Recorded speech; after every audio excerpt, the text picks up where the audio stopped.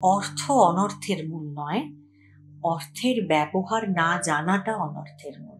এবার এখানে তো মা একটা সেন্টেন্স বলেছিলেন, কিভাবে বলেছেন তার একটা নির্যাস নিয়ে ভদ্রলোক লিখেছেন একরকম, কিন্তু তার ভেতরের ওই যেটা আমরা সমানে চেষ্টা করি সবাই মিলে, আসলে আমাদের কাজ হলো আলোচনাটা একটাই করার, এইটাই কারণ যে যাতে আমরা মার বলা কথাটা দেখতে পাচ্ছি, বলা কথার মধ্যে আরো কি কি না বলা কথা রয়ে গেছে যেটা কিনা আমাদের বুঝে নিতে হবে।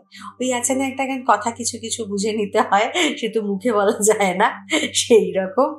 অত তো আর মা এমনি ভদ্রমহিলা কথা বলতেন তো কটা মাত্র, তার মধ্যে সেইখান থেকে না বলা কথা বুঝে নেওয়াটাই আমাদের এই আলোচনার মূল বিষয়বস্তু, আমাদের এই চেষ্টাটুকুর বিষয় আর কি। আমরা আলোচনাটা করি ওই না বলা কথাটা খুঁজে পাওয়ার জন্য, আর কিছু না। আর কি করতে পারি আমরা?